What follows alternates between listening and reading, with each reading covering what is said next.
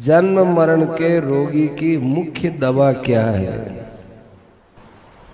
उत्तर, निष्काम भाव से भगवान नाम जप और भगवान का ध्यान। आगे बोलते, चाहे जो कुछ हो, घबराना नहीं चाहिए, चिंता नहीं करनी चाहिए। भगवान का मंगल विधान मानकर खूब प्रसन्न रहना चाहिए। करुणा भाव से रोकर भगवान से प्रार्थना करनी चाहिए,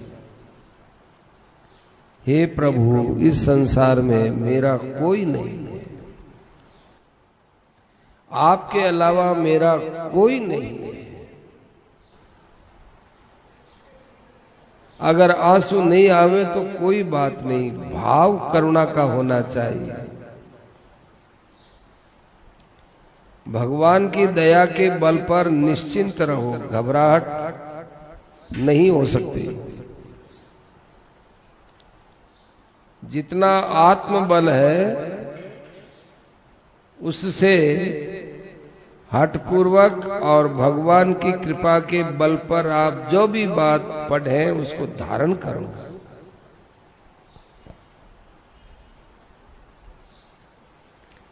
सुनने में जितनी रुचि रखते हो उससे ज्यादा धारण करने में रुचि रखनी चाहिए। सत्संग की बातों को धारण करने में आप जितनी ताकत लगाओ उतना पूरी ताकत लगा दो। उन बातों के लिए हठ भी करना पड़े तो कोई बुरा नहीं है। भगवान के प्रेम के लिए सब चेष्टा करो। शरीर में बीमारी आ जाए तो भगवान की विशेष दया समझो। अगर शरीर में ज्यादा बीमारी होवे और बहुत ज्यादा शरीर में पीड़ा होवे तो ये समझना चाहिए कि भगवान मुझको बहुत जल्दी शुद्ध करना चाहते हैं। चाहे वो मृत्यु के द्वारा करे और चाहे वे इस बीमारी के द्वारा करें, मुझे शुद्ध करना चाहते हैं। ज्यादा दुख होने से भगवान का स्मरण और ज्यादा होना चाहिए। इसलिए भगवान को हर समय याद रखने का स्वभाव बन जाएगा तो ज्यादा दुख में उसको भगवान की ज्यादा याद इसलिए आएगी ध्यान से। इतने दिन तक तो मैं भगवान को याद करता था, अब भगवान मुझे याद करवाने के लिए ये परिस्थिति भेजे। भगवान को कहे कि हे भगवान, शरीर में कितना भी दुख दे दो पर उस अवस्था में आपसे प्रेम बना रहे। अंतःकरण की शुद्धि के लिए नाम जप, निष्काम कर्म, निष्काम सेवा ये बहुत आवश्यक है। तीर्थ करो, व्रत करो, सत्संग करो, यज्ञ करो, दान करो, सेवा करो, पर निष्काम भाव सबके साथ जोड़ो।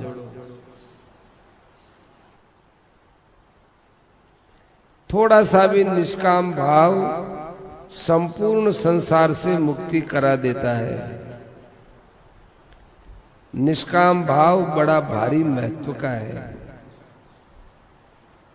जैसे थोड़ा सा भी स्वार्थ कलंक है, इसी प्रकार थोड़ा सा भी निष्काम भाव बहुत बड़ा लाभ देने वाला है। गीता प्रेस का काम है, ये बेगार नहीं है, साधन का काम है। गीता प्रेस में जो काम करते हैं वो 10 घंटा काम करते हैं, उनको 18 घंटा काम करना चाहिए। गीता प्रेस का जितना काम है उन सभी को साधन मानो। जैसे कोई दरिद्री व्यक्ति सड़क पर खड़ा है, आपको यदि दया आती है, आप उसको अस्पताल में भर्ती करा दिए हो, तो आपने ये बहुत अच्छा काम किया। यदि गीता प्रेस के आप कर्मचारी हो और इस काम के कारण से आज आप गीता प्रेस नहीं आ सके, तो ये गीता प्रेस के लिए गौरव की बात होगी, उसकी छुट्टी नहीं काटी जाएगी। क्योंकि गीता प्रेस का काम केवल पुस्तक छापना ही नहीं है, दीन दुखी की सेवा करना गीता प्रेस का काम है। छोटे से छोटा काम भी उत्तम भाव से करोगे तो आपका भी भाव उत्तम हो जाएगा। मरने वाले को नाम सुनाया जाता है, जिसकी पारी में मृत्यु होती है उसको ज्यादा लाभ होता है, औरों को भी लाभ होता है और विशेष लाभ उसको होता है।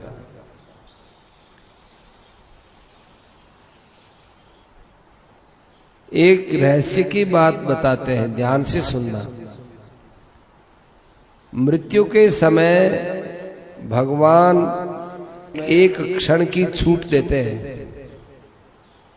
उसने जितने भी पाप किए हैं उन सब पापों से मुक्ति के लिए अंतिम क्षण में यदि भगवान का स्मरण हो गया तो उसका कल्याण है। ऐसा क्षण हर प्राणी को देते हैं,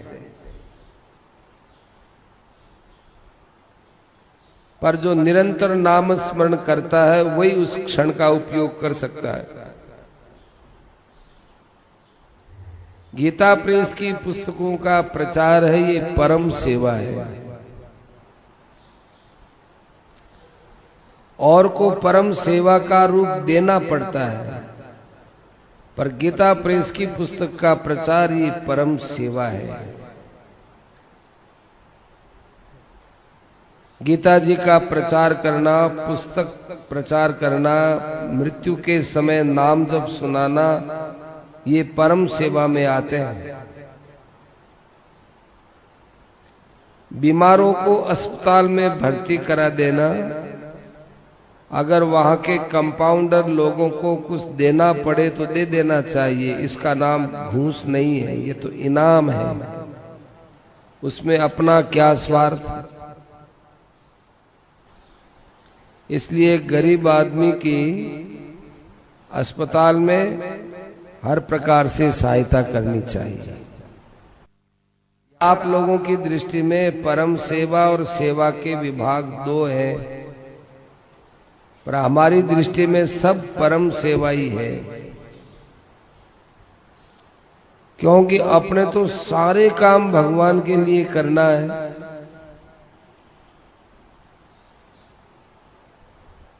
जो चीज भगवान के काम नहीं आती वो भगवान को देना ही नहीं है। जैसे पाप कर्म है, ये भगवान के काम नहीं आते, इसलिए पापों को भगवान को देना नहीं है। पाप करना ही नहीं चाहिए। जिस काम से भगवान राजी हो वो भगवान का काम होता है। जिस काम से भगवान राजी होते हैं वो काम भगवान का काम है, और जिस काम के लिए भगवान की आज्ञा है वो भगवान का काम है। जिस काम के लिए भगवान ने आज्ञा ही नहीं दी वो काम करना भगवान का काम किसी हालत में नहीं हो सकता। जैसे व्यभिचार है, क्रोध है, लोभ है, इसके लिए भगवान आज्ञा नहीं देते हैं। परम सेवा का पालन करना ये भगवान का काम है। अपने अंदर किसी के प्रति राग और द्वेष समाप्त कर दो। ध्यान से सुनिएगा, राग द्वेष के रहते हुए आप चाहे कितना ही कुछ साधन करो, कल्याण नहीं हो सकता। बाधा देंगे राग द्वेष। एक भगवान की ही इच्छा करनी चाहिए, एक भगवान की ही इच्छा करनी चाहिए और किसी बात की इच्छा नहीं करनी चाहिए। किसी बात की इच्छा नहीं रखनी, ये निष्काम भाव है। भगवान की तो इच्छा करनी चाहिए, ये भी निष्काम भाव है। भगवान की तो इच्छा करते हुए भी निष्काम भाव है।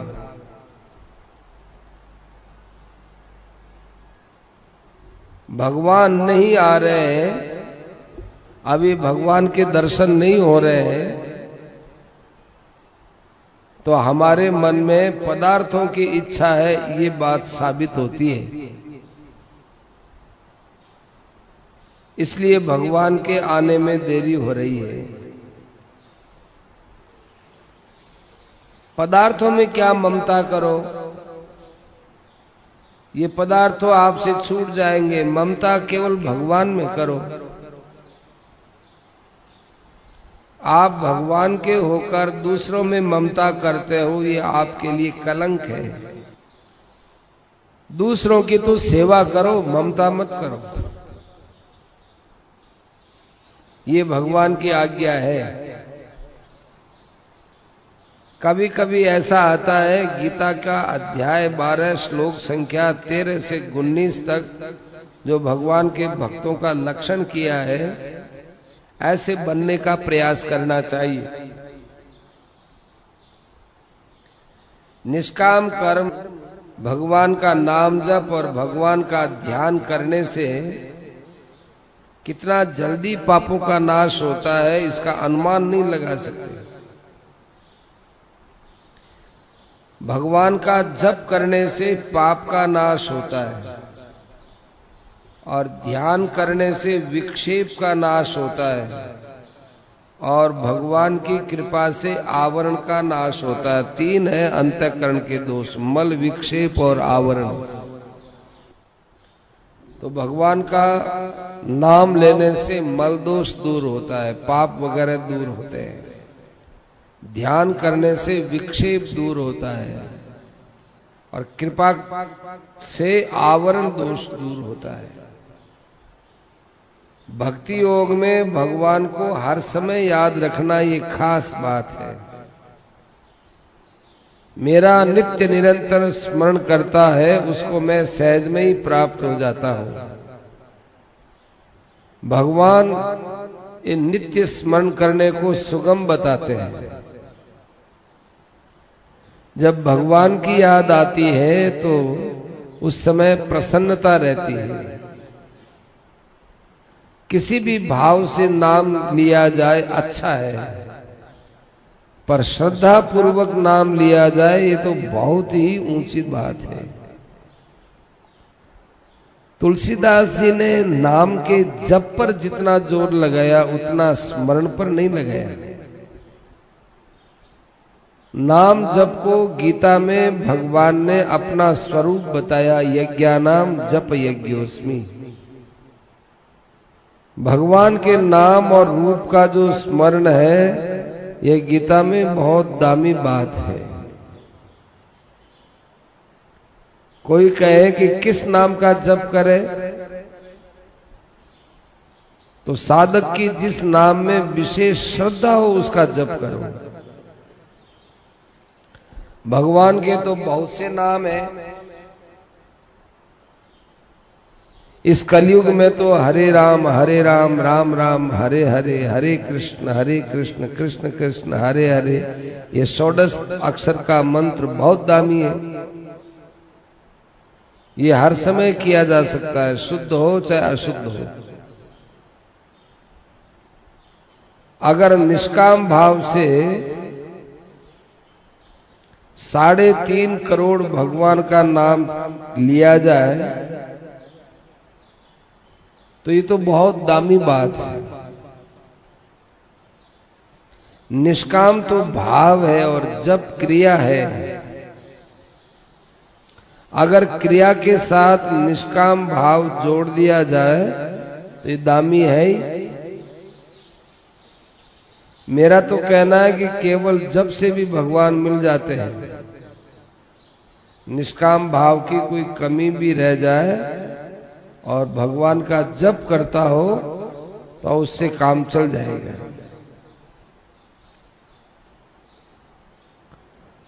षोडश मंत्र में राम कृष्ण हरि तीनों ही आ गए। पापों का हरण करने के कारण से भगवान का नाम हरि हुआ। कृष्ण का जो अर्थ है सच्चा आनंद, राम का अर्थ है सब में रमण करने वाला। हरि, राम और कृष्ण ये तीनों ही युग में हुए हैं। सच्चिदानंद घन तो थे ही भगवान। हरि नाम हुए सतयुग में, राम हुए त्रेता में, कृष्ण हुए द्वापर में। भगवान के नाम के स्वरूप की जो स्मृति है वह बहुत दामी है। वैराग्य इसमें सहायक है। कर्मयोग, ध्यान योग आदि स्वतंत्र साधन है। मेरा नित्य निरंतर स्मरण करता है उसके लिए मैं सुलभ हूं।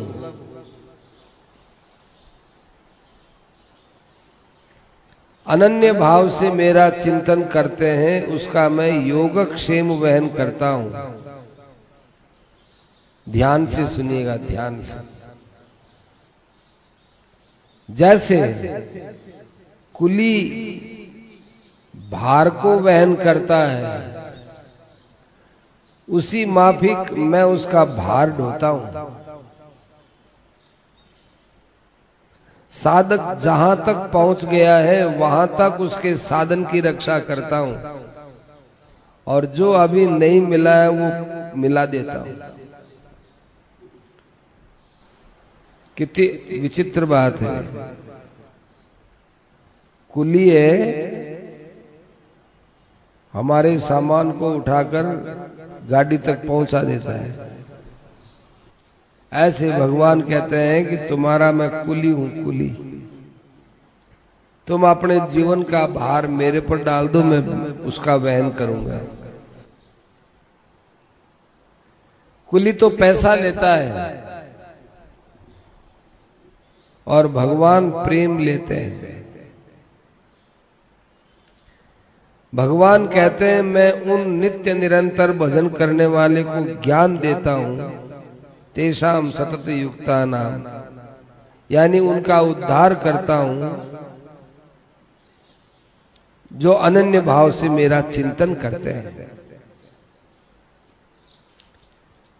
रात्रि में जब आप सो तो सोते सोते भगवान का नाम लेते रहो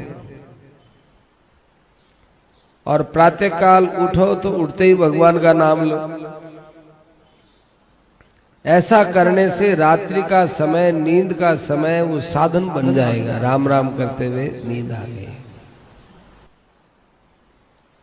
सोते जागते उठते बैठते भगवान को याद रखें तो उसका निश्चय कल्याण होता है। गीता जी में भगवान कहते हैं मनुष्य जिस भाव को स्मरण करता हुआ शरीर छोड़ता है उसको वही प्राप्त हो जाता है। जैसे कोई कुत्ते को याद किया तो कुत्ता बन गया, बिल्ली को याद किया तो बिल्ली हो गई।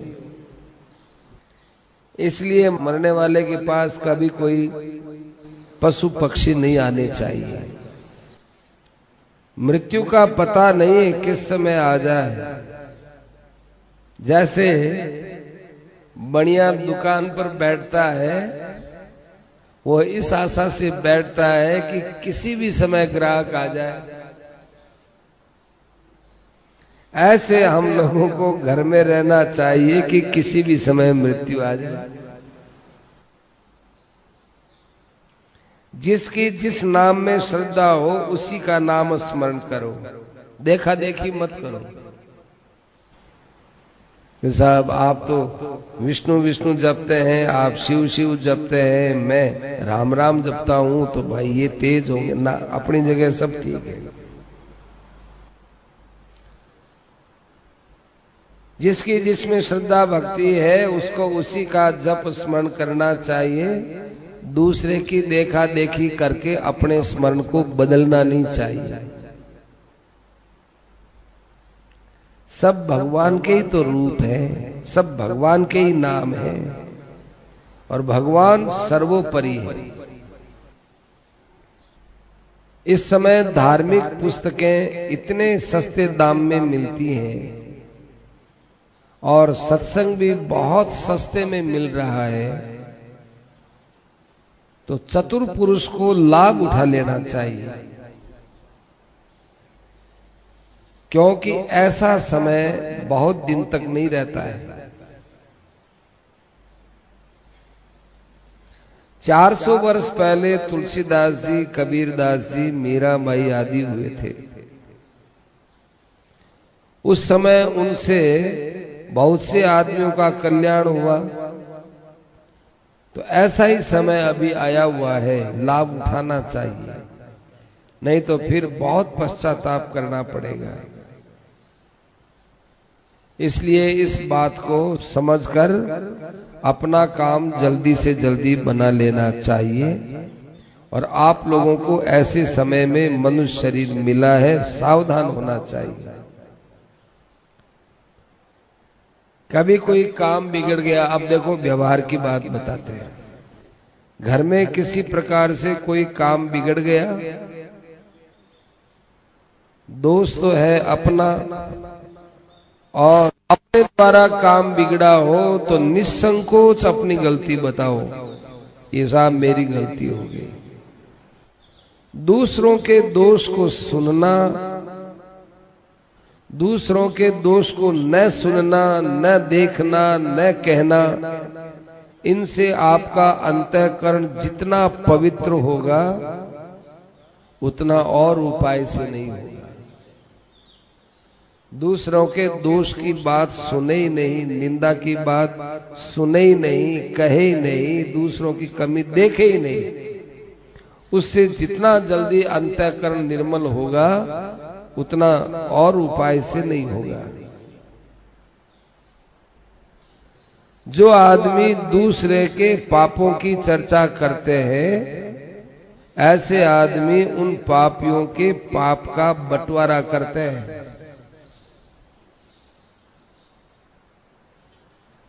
यदि दोष ही देखना है तो अपने दोष देखने चाहिए, और गुण देखना है तो दूसरों को देखना चाहिए। आज एकदम उल्टा काम हो गया। मनुष्यों को शर्म ही नहीं आती है, अपने मुख से अपनी बड़ाई करते हैं, अपने कानों से अपनी बड़ाई सुनकर हंसते हैं, दूसरों के दोष देखने में बड़ी रुचि रखते हैं। ये भूल जाते हैं कि इससे कितना बड़ा नुकसान होगा, बहुत बड़ा नुकसान होगा। इस नुकसान को तभी आदमी बदल सकता है जब वह अपने तो दोष देखे और दूसरों का गुण देखे, नहीं तो ये नुकसान कभी भरा नहीं जा सकता। महात्मा की परीक्षा नहीं होती है, करनी भी नहीं चाहिए, परंतु थोड़ा बहुत ये बात समझना चाहिए, जिसके संग से हमारे अंदर अध्यात्म की रुचि होती है, देवी संपदा आती है, भगवान के ध्यान में स्थिति होती है, तो समझना चाहिए कि ये महात्मा है।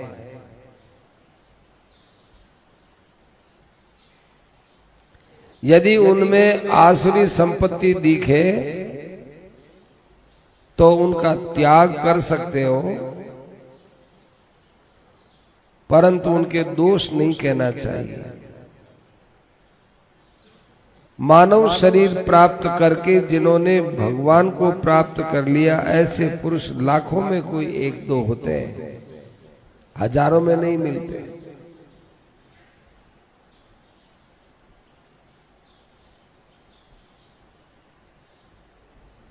जिनके संग से अच्छे भावों की जागृति होवे वे अच्छे पुरुष हैं। भगवान का भक्त होगा, उसके दर्शन से भगवान की स्मृति और भगवान की याद आवेगी। पारमार्थिक वक्ता कैसा होना चाहिए? वक्ता ऐसा होना चाहिए जो खुद करे, जैसा कहता है वैसा पहले खुद करे और बाद में कहे, उसका असर पड़ता है और उसको बताने का पुण्य भी मिलता है। केवल कहे और आप खुद पालन करें नहीं, उसका असर नहीं पड़ेगा। जहां स्वार्थ है वहां करामात नहीं आ सकती। स्वार्थ आने के बाद करामात भाग जाती है। करामात का अर्थ वो महात्मा नहीं है। करामात नहीं माने वो महात्मा नहीं है। जहां भोग विलास की मुख्यता है वो महात्मा नहीं है। जो महात्मा है वो तो ज्ञान, भक्ति और वैराग्य के नशे में चूर रहते हैं। उनको ज्ञान, भक्ति और वैराग्य से उठने का मौका ही नहीं मिलता, इसमें से उठना भी नहीं चाहते, उसी मस्ती में पड़े रहना चाहते हैं।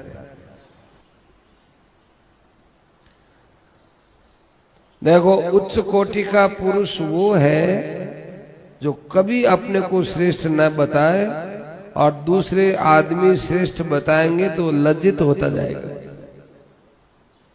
उसको शर्म आएगी। मन लगाने के लिए भजन करना चाहिए। जिस भजन का अनुभव करके प्रहलाद कहता है कि पिताजी देख लो ये अग्नि ठंडी पड़ी है। आपको शुरू शुरू में बताया कि दवाई क्या है, औषध क्या है, राम नाम का जप। साधक को 3 बातों पर विशेष ध्यान रखना चाहिए। जो भगवान के लिए और भगवत प्रेम के लिए सब चीजें अर्पण करने को तैयार नहीं है और जिसके हृदय में भगवान के लिए जलन नहीं है, प्यास नहीं है, पीड़ा नहीं है, वो भक्त कैसा? घर का यदि एक आदमी बिगड़ जाता है तो पूरे घर को बदनाम होना पड़ता है। समाज का एक आदमी बिगड़ता है तो पूरे समाज की बदनामी होती है। अगर भारत का नेता बिगड़ता है तो भारत बदनाम होता है। ऐसे यदि भगत बिगड़ता है तो भगवान को बदनाम करता है। लोगों पर बहुत बुरा असर पड़ता है कि देखो ये भगवान का भक्त था, लेकिन ये ऐसे कारनामे इसके। तो भक्त यदि बिगड़ता है तो भगवान को बदनाम करता है, मगर भगवान का उससे कोई संबंध नहीं है। कैसी विचित्र बात है। इसलिए भगवान को बदनाम करने से बचो और अपने भक्ति को बदनाम करने से बचाओ। नारायण नारायण नारायण। एक एक बात बड़ी कीमती है। श्रीमन्नारायण नारायण नारायण श्रीमन्नारायण नारायण श्रीमन्नारायण नारायण नारायण श्रीमन्नारायण